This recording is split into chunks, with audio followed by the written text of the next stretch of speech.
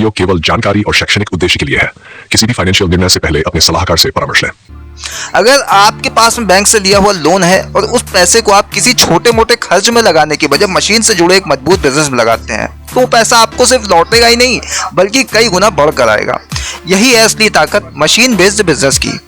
आज के समय में जब हर चीज तेजी से ऑटोमेशन की तरफ बढ़ रही है, मशीनरी पर आधारित छोटे छोटे उद्योग आपको स्थायी आमदनी का जरिया दे सकते हैं। अब सवाल उठता है, बैंक से लोन लेकर कौन से ऐसे बिजनेस शुरू किए जा सकते हैं जो कम समय में सेटअप हों और लंबे समय तक लगातार मुनाफा देते रहें। चलिए इसी रहस्य को खोलते हैं और जानते हैं 5 ऐसे मशीन बेस्ड बिजनेस जिसमें सफलता की संभावना बहुत ज्यादा है। सबसे पहले बात करते हैं कागज और पल्प प्रोडक्ट फैक्ट्री की।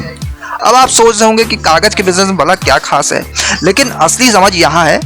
आज चाहे स्कूल हो, ऑफिस हो, पैकेजिंग हो, इंडस्ट्री हो या घर, हर जगह कागज की जरूरत पड़ती है। इतना ही नहीं, इको फ्रेंडली प्रोडक्ट की बढ़ती मांग ने कागज और पल्प प्रोडक्ट की इंडस्ट्री को और भी तेजी से आगे बढ़ाया है। अगर आप बैंक से 10 से 15 लाख रुपए तक का लोन लेते हैं तो आसानी से एक अच्छी यूनिट खड़ी कर सकते हैं। इसके लिए आपको जरूरत होगी paper recycling machine, pulping machine, cutting machine और पैकिंग मशीन की। साथ ही आपको रॉ मटेरियल चाहिए होगा जो वेस्ट पेपर, लकड़ी का पल्प या कृषि आधारित कचरे से तैयार किया जा सकता है। अब लागत और मुनाफे की बात करें तो मान लीजिए 1 टन कागज बनाने में आपकी लागत आती है 10,000 से 12,000 रुपए। वही कागज मार्केट में 15,000 से 20,000 रुपए तक आसानी से बिक सकता है, यानी हर टन पर 3 से 8,000 रुपए तक का मुनाफा। अगर आपकी यूनिट रोजाना 5 टन का प्रोडक्शन भी करती है तो महीने का हिसाब लगाइए, आपका मुनाफा लाखों में पहुंच सकता है। यहाँ आपके लिए एक छोटा सवाल है, क्या आपने कभी सोचा है कि जिस कॉपी या पैकेजिंग बॉक्स को आप रोज इस्तेमाल करते हैं उसका असली सोर्स कहाँ से आता है? क्या वो रिसाइकलिंग से बना है या सीधे नए पल्प से? जरा कमेंट में जरूर बताइए। इस बिजनेस की संभावनाओं को देखें तो ये बेहद व्यापक है। Packaging industry, education sector, e commerce कंपनियां, हर जगह कागज की मांग बढ़ रही है। इतना ही नहीं, सरकार भी प्लास्टिक पर बैन को बढ़ावा दे रही है, जिससे कागज आधारित पैकेजिंग की डिमांड और भी तेजी से बढ़ने वाली है। इसका मतलब ये है कि आज अगर आप इस क्षेत्र में कदम रखते हैं तो आने वाले समय में आपका बिजनेस और भी तेजी से फल फूल सकता है। अब बढ़ते हैं दूसरे बिजनेस की तरफ और वो है वुडन फर्नीचर मैन्युफैक्चरिंग। सोचिए, हर घर, हर ऑफिस, हर होटल और हर संस्था को फर्नीचर चाहिए और ये डिमांड कभी खत्म होने वाली नहीं है। यही वजह है कि वुडन फर्नीचर का बिजनेस हमेशा से लाभदायक रहा है और आने वाले समय में भी रहेगा। अगर आप बैंक से 10 से 20 लाख रुपए का लोन लेते हैं तो आप एक शानदार फर्नीचर यूनिट स्थापित कर सकते हैं। इस काम के लिए जरूरी चीज है लकड़ी काटने की machine, planing machine, lathe machine, cutting और पॉलिशिंग मशीन। साथ ही कुशल कारीगर और डिजाइनर भी इस काम के लिए चाहिए होंगे। लागत की बात करें तो शुरुआती दिनों में मशीनरी पर 7 से 8 लाख रुपए तक का खर्च होंगे। लकड़ी और अन्य खर्चों पर 3 से 5 लाख रुपए और बाकी का खर्चा वर्कशॉप और कर्मचारियों पर जाएगा। लेकिन मुनाफा यहाँ भी जबरदस्त है। मान लीजिए एक लकड़ी कुर्सी बनाने में आपकी लागत आती है करीब 500 रुपए और वही कुर्सी मार्केट में 1,500 से 2,000 रुपए तक बिकती है, यानी हर पीस पर 1,000 रुपए का साफ मुनाफा। अगर आप महीने में सिर्फ 500 कुर्सियां बेचते हैं तो सोचिए आपकी कमाई कितनी हो सकती है। अब मैं आपसे पूछना चाहूंगा, आपके घर में सबसे पुराना फर्नीचर कौन सा है और कितने साल से इस्तेमाल हो रहा है? जरा कमेंट में जरूर बताइए। इस बिजनेस की संभावनाएं बहुत विशाल हैं। आजकल लोग मॉडर्न डिजाइनर, अफोर्डेबल फर्नीचर और इको फ्रेंडली वुडन प्रोडक्ट को ज्यादा पसंद करने लगे हैं। अगर आप डिजाइनर और क्वालिटी पर ध्यान देते हैं तो आपका ब्रांड बहुत जल्दी मार्केट में पहचान बना सकता है। साथ ही ऑनलाइन प्लेटफॉर्म जैसे Amazon, Flipkart, furniture special website पर अपने प्रोडक्ट को बेचकर आप देश भर के ग्राहकों तक जोड़ सकते हैं। तो ये थे पहले 2 बिजनेस, कागज और पल्प प्रोडक्ट फैक्ट्री और वुडन फर्नीचर मैन्युफैक्चरिंग। दोनों ही बैंक लोन से शुरू किए जा सकते हैं और दोनों में मुनाफे की संभावनाएं बहुत बड़ी हैं। कमेंट में बताइए इन दोनों बिजनेस में से आपको कौन सा सबसे ज्यादा दिलचस्प लगा और क्यों। तीसरा बिजनेस है खाद्य तेल प्रेसिंग फैक्ट्री। अब सोचिए, हमारे देश में हर घर की रसोई में तेल की जरूरत रोजाना होती है, चाहे वो सरसों का तेल हो, मूंगफली का तेल हो या फिर सूरजमुखी का तेल हो। हर कोई अपने खाने में शुद्ध और बेहतर तेल चाहता है। यही वजह है कि खाद्य तेल का कारोबार कभी ठहरता नहीं है और अगर आप इसे एक छोटे स्तर पर शुरू करना चाहते हैं तो बैंक लोन की मदद से लगभग 5 लाख रुपए में इसकी शुरुआत की जा सकती है। इस बिजनेस की सबसे बड़ी खूबी यह है कि ये लगातार चलने वाला कारोबार है, क्योंकि इसकी मांग हर मौसम में बनी रहती है। अब अगर बात करें इसमें जरूरी चीजों की तो इसमें आपको सबसे पहले एक छोटी सी ऑयल प्रेस मशीन चाहिए जो बीजों से तेल निकालने का काम करेगी।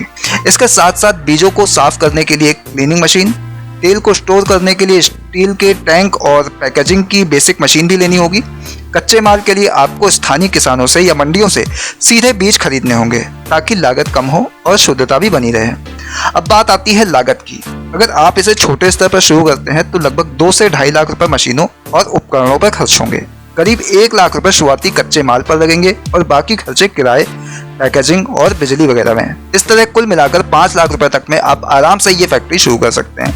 मुनाफे की संभावनाओं पर ध्यान दें तो ये बिजनेस लंबी अवधि में बेहद लाभकारी है। मान लीजिए आप रोजाना 100 से 150 लीटर तेल निकालते हैं और इसे लोकल मार्केट या किराना स्टोर्स या थोक विक्रेताओं को बेचते हैं, तो हर लीटर पर आपको 5 से 10 रुपए तक का मार्जिन आसानी से मिल सकता है। यानी महीने भर में अगर आपने 3000 से 4000 लीटर तेल बेचा तो 15,000 से 40,000 रुपए तक का शुद्ध मुनाफा कमा सकते हैं। और जैसे जैसे उत्पादन और बिक्री बढ़ेगी ये मुनाफा लाखों रुपए तक पहुंच सकता है। एक दिलचस्प बात यह है कि लोग अब पैक्ड और ब्रांडेड शुद्ध तेल की तरफ ज्यादा भरोसा करते हैं। अगर आप अपनी पैकेजिंग और ब्रांडिंग पर थोड़ा ध्यान दें और सोशल मीडिया या लोकल मार्केट में प्रचार करें तो आपकी पहचान तेजी से बढ़ सकती है। साथ ही अगर आप चाहें तो थोक सप्लाई के साथ साथ छोटे छोटे पाउच पैक भी बना सकते हैं, जिससे गांव और कस्बों तक भी आपका माल आसानी से बिकेगा। तो सोचिए, एक ऐसा कारोबार जहां रोजाना की मांग बनी रहे, उत्पादन छोटा हो या बड़ा, आप अपने हिसाब से नियंत्रित कर सकते हैं और मुनाफा लगातार आता रहे। क्या ऐसा बिजनेस करने में मजा नहीं आएगा? आप कमेंट में बताइए कि अगर आपको मौका मिले तो आप किस तरह का तेल बनाना पसंद करेंगे, सरसों का, मूंगफली का या फिर सूरजमुखी का। चौथा बिजनेस है मिनरल वाटर प्यूरिफिकेशन प्लांट।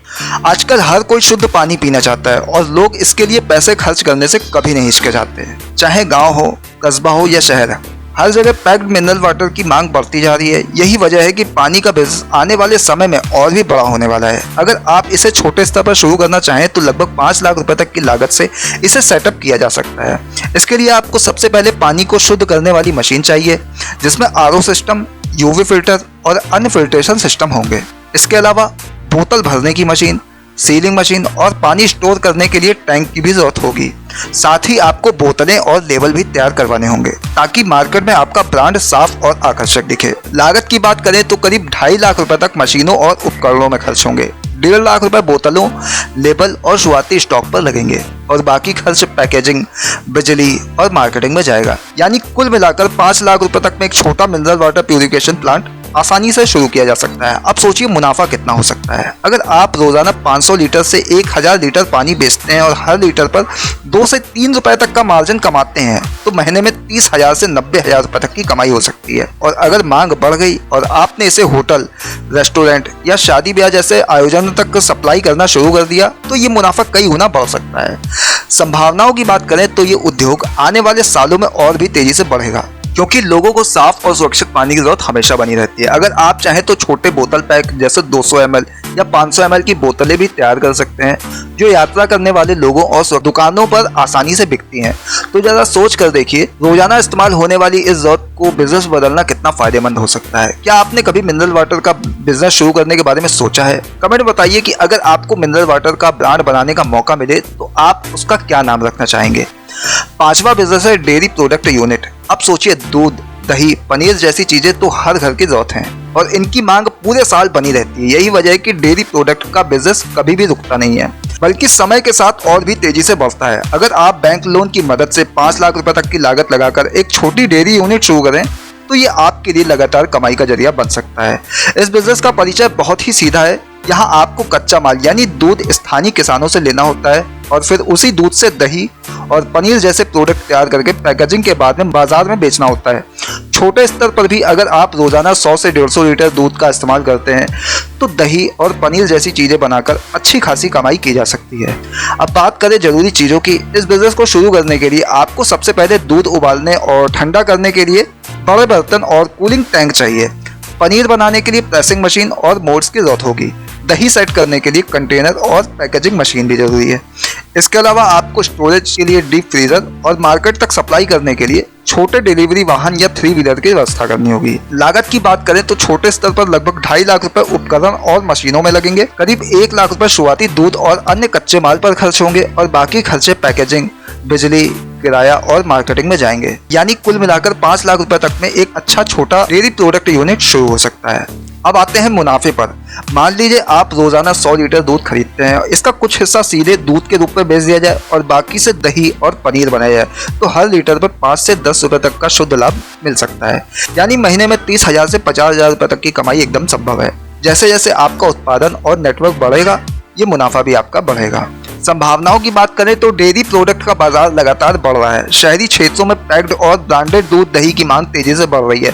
लोग अब खुला दूध लेने के बजाय पैक्ड प्रोडक्ट को ज्यादा पसंद करते हैं। अगर आप अपनी यूनिट से बने प्रोडक्ट को अच्छी पैकेजिंग और ब्रांडिंग के साथ में बेचें तो आपका बिजनेस आसानी से बड़े स्तर तक पहुंच सकता है। साथ ही मिठाई की दुकानों और रेस्टोरेंट में पनीर की बड़ी डिमांड रहती है, जिसे सप्लाई करके आप स्थायी ग्राहक बना सकते हैं। तो सोचिए एक ऐसा बिजनेस जो हर घर की जरूरत से जुड़ा हो, जिसकी मांग हमेशा बनी रहे और जो धीरे धीरे आपके लिए बड़ी कमाई का रास्ता बना सके। क्या उसे शुरू करना फायदेमंद नहीं होगा? आप कमेंट में बताइए कि अगर आपको डेयरी प्रोडक्ट यूनिट शुरू करने का मौका मिले तो आप सबसे पहले किस चीज पर सबसे ज्यादा ध्यान देंगे, दूध, दही या पनीर? वीडियो पसंद आया हो तो लाइक कीजिए, शेयर कीजिए और ऐसे ही बिजनेस आइडियाज के लिए जुड़े रहिए। फिलहाल के लिए इतना ही, दीजिए इजाजत। नमस्कार।